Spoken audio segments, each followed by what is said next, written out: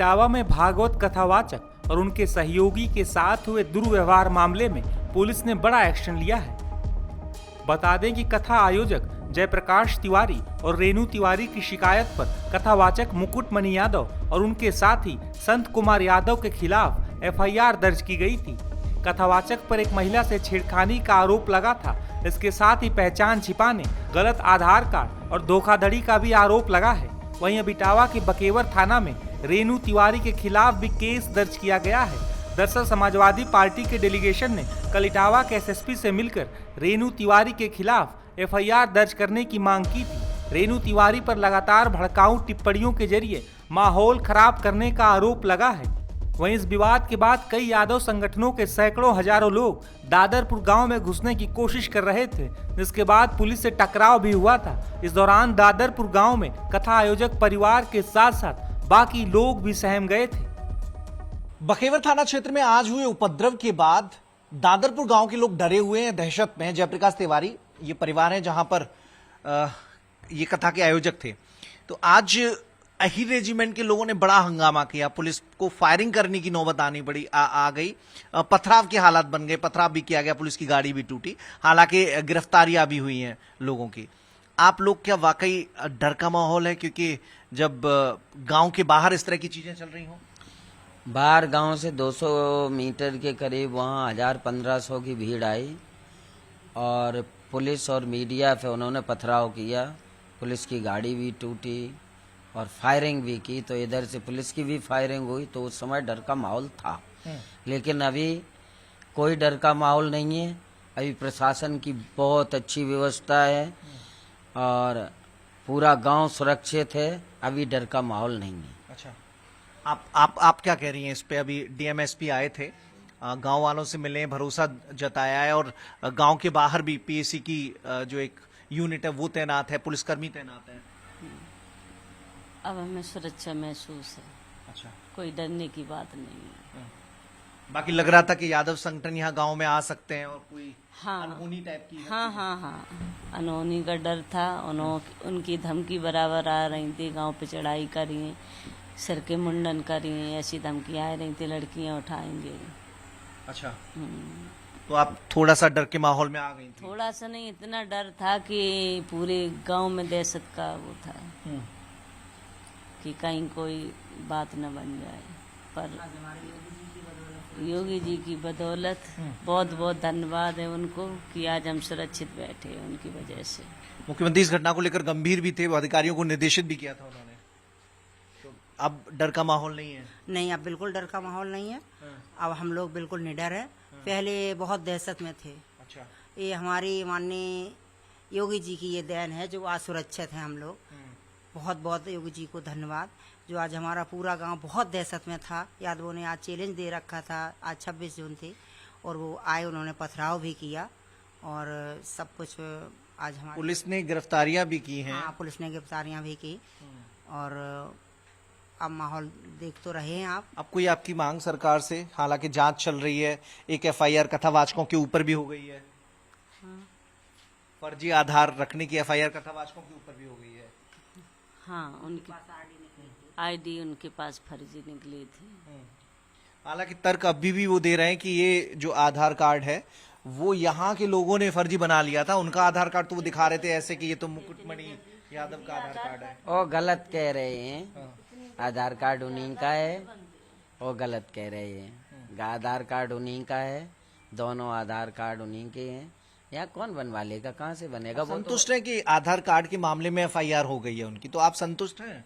हाँ, संतुष्ट हैं। उन्हें सजा मिलनी चाहिए। अच्छा, लेकिन जो आपका मामला था, आप जो बात कर रहे थे, इनके जो आरोप थे रेणु जी के, उस मामले में भी कोई नहीं, वो उस पर अभी सुनवाई नहीं हुई।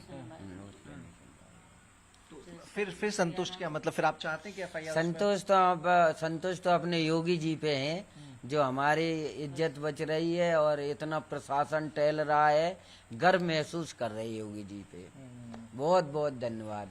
तो योगी सरकार लॉ एंड ऑर्डर को लेकर वैसे भी गंभीर रहती है और इस मामले में भी मुख्यमंत्री ने गंभीरता दिखाते हुए अधिकारियों से फीडबैक लिया, अपडेट लिया और अधिकारियों को निर्देशित किया, जिसके चलते अधिकारी दिन भर कैंप करते रहे।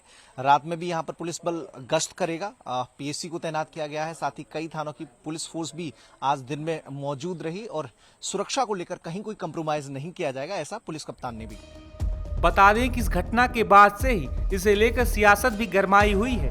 उत्तर प्रदेश के पूर्व मुख्यमंत्री और समाजवादी पार्टी के राष्ट्रीय अध्यक्ष अखिलेश यादव भी इस मामले पर मुखर हैं और बीजेपी सरकार पर हमले बोल रहे हैं। गांव के लोगों ने बहुत अच्छी बात कही और उस परिवार ने ये कहा कि नेताजी से और समाजवादी पार्टी के लोगों से बहुत अच्छे संबंध रहे हैं। उन्होंने इटावा और इस क्षेत्र के लोगों के लिए बहुत काम किया है। मैं बीजेपी का समझ नहीं पा रहा हूँ कि बीजेपी में भी कुछ लोग हैं जो समय समय पर बीजेपी के लिए काम करते हैं, लेकिन जैसे हमने किस्सा नहीं सुना था वो पुराना, जिसमें खाल बदल करके रहते हैं लोग, कब जरूरत पड़ जाए उनकी स्लीपर सेल की। बीजेपी के पास हर क्षेत्र में स्लीपर सेल है, तो उन्हें जिससे लाभ होगा वो सब हो जाएगा। वहाँ के लोगों ने बोला हमारी आपकी सबकी जिम्मेदारी ये है कि अपमान जिसका हो, अपमान नहीं होना चाहिए, चुटिया नहीं कटनी चाहिए और पेशाब से स्वच्छ नहीं करना चाहिए।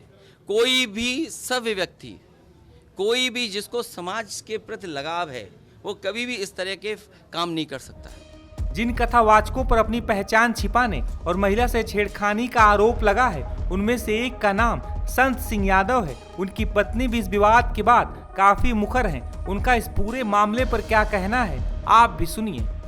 संत सिंह यादव जो कि कथावाचक के रूप में दादरपुर गांव में भागवत कहने गए थे, उनके परिवार के लोग मेरे साथ हैं। संगीता जी हैं, उनकी पत्नी है संगीता यादव, पूरा नाम लिखती हैं जी, संगीता यादव लिखते हैं। अच्छा, ऐसा कई जगह सोशल मीडिया पर ये चर्चा चली कि संत सिंह यादव की शादी ब्राह्मण परिवार में हुई है और उसी के चलते वो पूरा विवाद हुआ, ऐसा कुछ सच्चाई है उसमें? नहीं, क्या? बिल्कुल गलत है।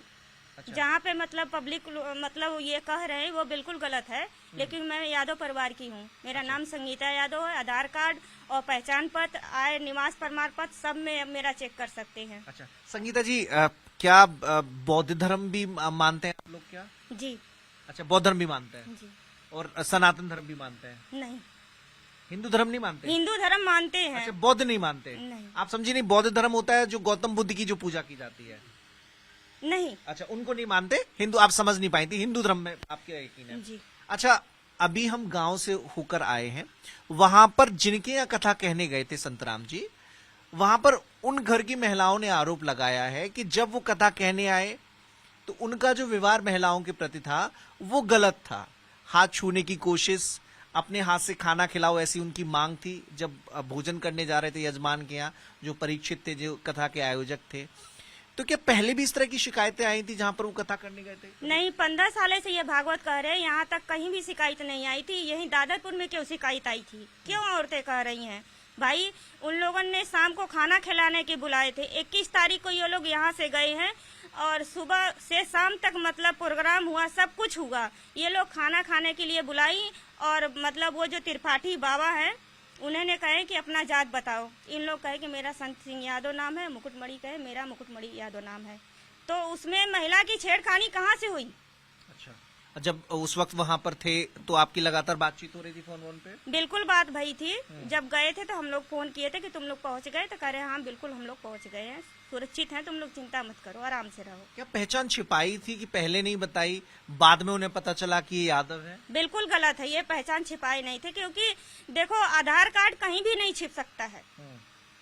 आधार में तो एक में लिखा हुआ है मुकुटमणि अग्निहोत्री। ये ऐसा फर्जी बनाया गया है। अच्छा, और आप चूंकि कितने सालों से कथा कह रहे हैं? ये 15 साल हो गया उनके साथ में रहते। पहले ये स्कूल खोले थे, स्कूल खोलने से जो मोदी आए थे उसका मान्यता प्राप्त नहीं था इनके पास, इसलिए वो बंद कर दिए थे। अच्छा, और कब से कथा कर रहे थे? 15 साल हो गई। और 15 साल तो पूरे इलाके में जाते रहे होंगे? बिल्कुल इलाके में जाते रहे, पुरकी इलाका में, यहाँ से कुदरपुट और बहुत गांव में गए हैं, जो कि हमें मालूम नहीं कौन कौन से गांव। दादरपुर के आसपास के इलाके में जाते रहे होंगे? बिल्कुल जाते रहे। अभी चिमकनी की भी भागवत बनी थी इसी 30 तारीख को। तो वो तो सबको पता ही होगा कि ये तो यादव जी हैं जो कथा कहते हैं। जो यहाँ से त्रिपाठी ले गए थे, बाबा है त्रिपाठी, वो ले गए थे, उनको पता है कि ये मतलब यादव। उनका यहाँ पे आना जाना है घर पे? बिल्कुल हाँ, वहाँ पे मुकुटमणि के घर पे आना जाना था वहाँ पे। अच्छा, तब तो फिर उनको पता ही है कि भाई आप लोग यादव हो। बिल्कुल। तो अब ये जो आरोप लगा रहे हैं, आपको क्या लगता है कि क्यों आरोप लगा रहे हैं कि भाई घटना घट गई तो अपने बचाव के लिए कहानी तैयार की जा रही है क्या? हाँ, वो लोग अपने बचाव के लिए कर रहे हैं कहानी अच्छा। कि हम किस तरह बचे हम, और कोई मेरा आदमी छेड़खानी नहीं किया है, ये गलत आरोप लगाया जा रहा है उनके ऊपर। मतलब कभी कोई शिकायत इस तरह की नहीं आई? कभी भी आप पूरे अछल्ला में या कहीं भी आप पता कर लो, कहीं किसी के बहन बेटियों को छेड़खानी नहीं की है वो। अच्छा, अखिलेश जी से कल मिले थे ये लोग। अखिलेश जी ने कहा कि भाई पीढ़ी समाज के लोग हैं, इस तरह से अत्याचार वर्चस्ववादी प्रभावशाली लोग करते हैं, ऐसे शोषण करते हैं, जो घटना घटी वो एकदम निंदनीय है। तो क्या पॉलिटिकल पार्टियां इस घटना को आधार बनाकर अपनी सियासी रोटी सेक रहे हैं क्या? राजनीति कर रहे हैं क्या? हाँ, आपकी बिल्कुल घटना को? बिल्कुल राजनीति चल रही है। जो यह दादरपुर में मतलब पंडित के गांव है, ये मतलब राजनीति पे चल रही है। अच्छा, अखिलेश यादव के कदम को कैसे देख रहे हैं आप? बिल्कुल अच्छे तरह से देख रहे हैं। वो हमारे पतिदेव को सम्मान किए, उनका बहुत बहुत धन्यवाद। मैं बहुत आभारी हूँ कि मेरे गरीब परिवार को सोचे वो। अच्छा, आपकी उसके बाद संत जी से बात हुई है? जी हाँ, उनके फोन से तो नहीं बात हुई थी, दूसरे फोन से बात भई थी। अच्छा, वो वहाँ क्या से बोले, क्या बताए? वो बोले कि हम सुरक्षित हैं यहाँ पे, कोई बात की चिंता नहीं है, तुम लोग ठीक से रहो। कोई मुकदमा भी दर्ज हुआ था क्या पहले कभी? नहीं, बिल्कुल गलत है, अफवाह ही उड़ाया जा रहा है। अच्छा, ये बदनाम कर रहे हैं लोग। बदनाम कर रहे हैं।